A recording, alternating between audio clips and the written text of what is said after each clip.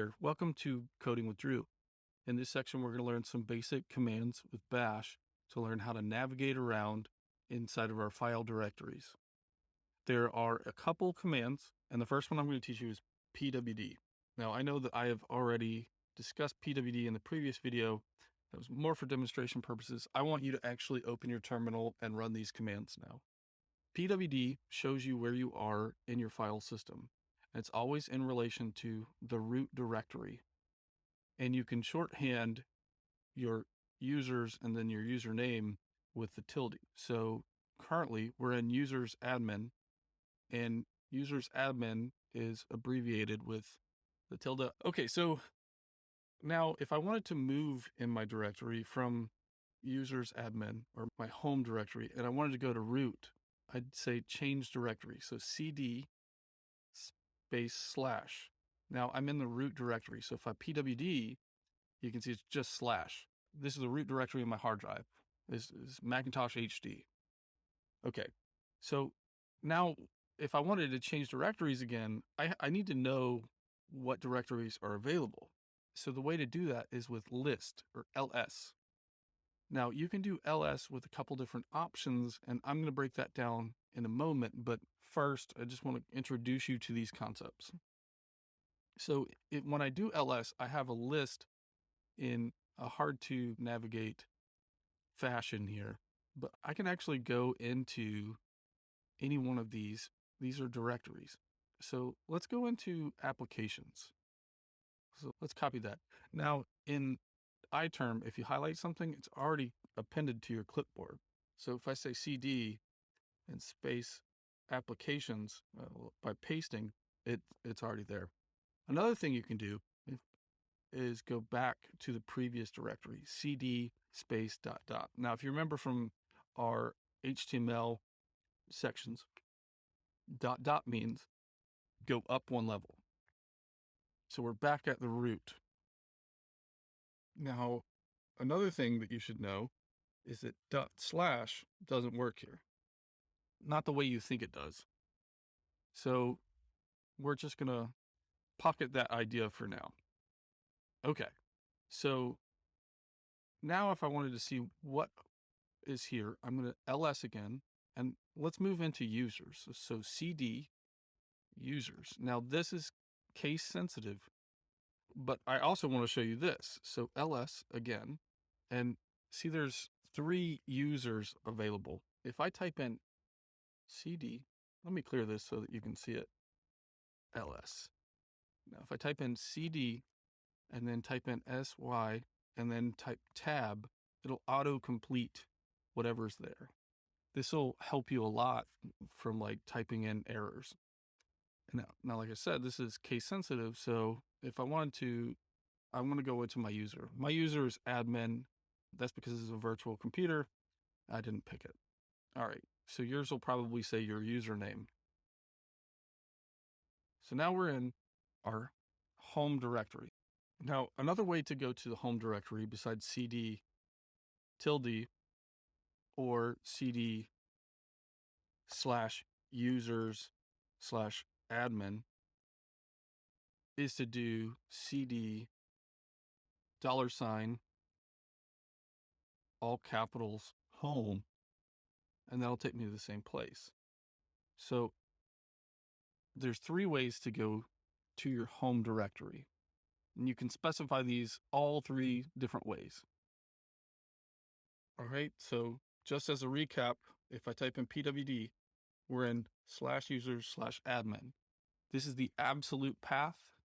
This is the relative path, and this is also a relative path.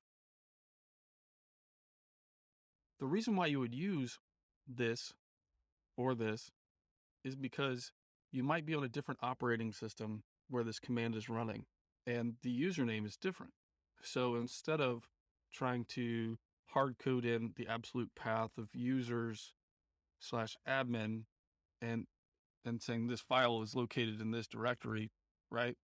I would just use tilde or home. This would account for your username being different from mine, which is admin. And if I was on a web server, chances are the username is different. It's probably root. Okay. So now we know how to list files, we know how to change directories, and we know how to identify which directory we're in. But I want to also show you how to find more information about the commands that you want to run. And this is going to be key and essential throughout the rest of this section of Bash. So if we want to look at a manual for the command, we would run man ls, for example. So what you can see here is now my cursor is actually in this little viewer, and the only way to exit this is with a Q. So man ls, and you can see I'm using the up key to type that in. It could because it's in my history. So I can just access recently used commands by using the up and down keys on my keyboard. All right, so ls says list directory contents. And there's a bunch of different options that you can pass. But I want to show you the most commonly used ones. Let's clear this out. And let's look at ls right now. All right, so ls is going to show us the files in this directory. I can do ls and pass an option or a flag. You might hear me call it a flag, as it's always started with a dash, just a single dash, and then a letter. Or if it's a long word, it's double dash and the long form of it. So ls-1 will show me, if I press return, it'll show me a list with just the item name. But if I do ls-l, it'll provide me an entire list of all the files in that. It'll tell me the size of it in bytes. It'll show me when it was last modified, and it'll show me the permissions. And these are the permissions. We're going to get into permissions in another section, but I want you to be able to see this. Now, there might be hidden files are always started with a dot, and you won't see them in this list. But if I do ls-a,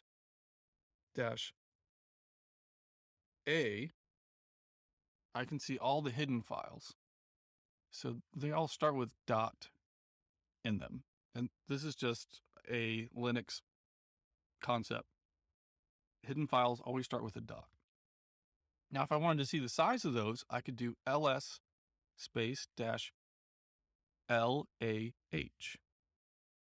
Now, H is human readable. It's an option to add, instead of seeing bytes up here, we would see it more formatted in a easier to consume way. So bytes, kilobytes, megabytes, gigabytes, terabytes.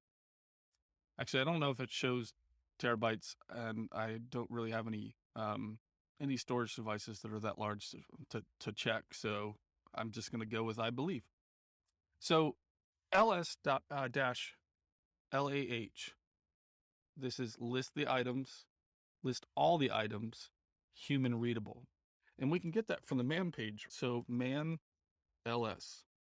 And we can scroll down using the down key and look at these. So these are all uppercase. And now we're going to get down to the lowercase. So A, include directory entries whose names begin with a dot. They're hidden files. And then we can keep going down to H. When used with the L option, use unit suffixes. So byte, kilobyte, megabyte, gigabyte, terabyte, petabyte. Also, it does do terabyte and petabyte in order to reduce the number of digits to 4 or fewer. And that's great. So let's look at L. So L is the lowercase letter L, and it lists the files in long format. So long format section below, let's go to that. Here's the 1. So it'll force the output to be 1 entry per line.